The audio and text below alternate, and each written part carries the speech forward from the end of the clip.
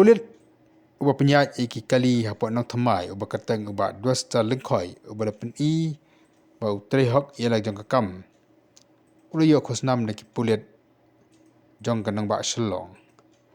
Lama kadang ni bau ba 2 star ula khang ye koi kali ke bala mu menyaj ba ban rat ya hagatai ka surok. Maka ni kakam selur ke jong kalau pelong ye kata pulit ban ayu de ka khosnam. Ye kan ke khosnam la ai da uba VXA menengkat ka jalang ru uba yan swear rengkat bat ke dia ki he pulit.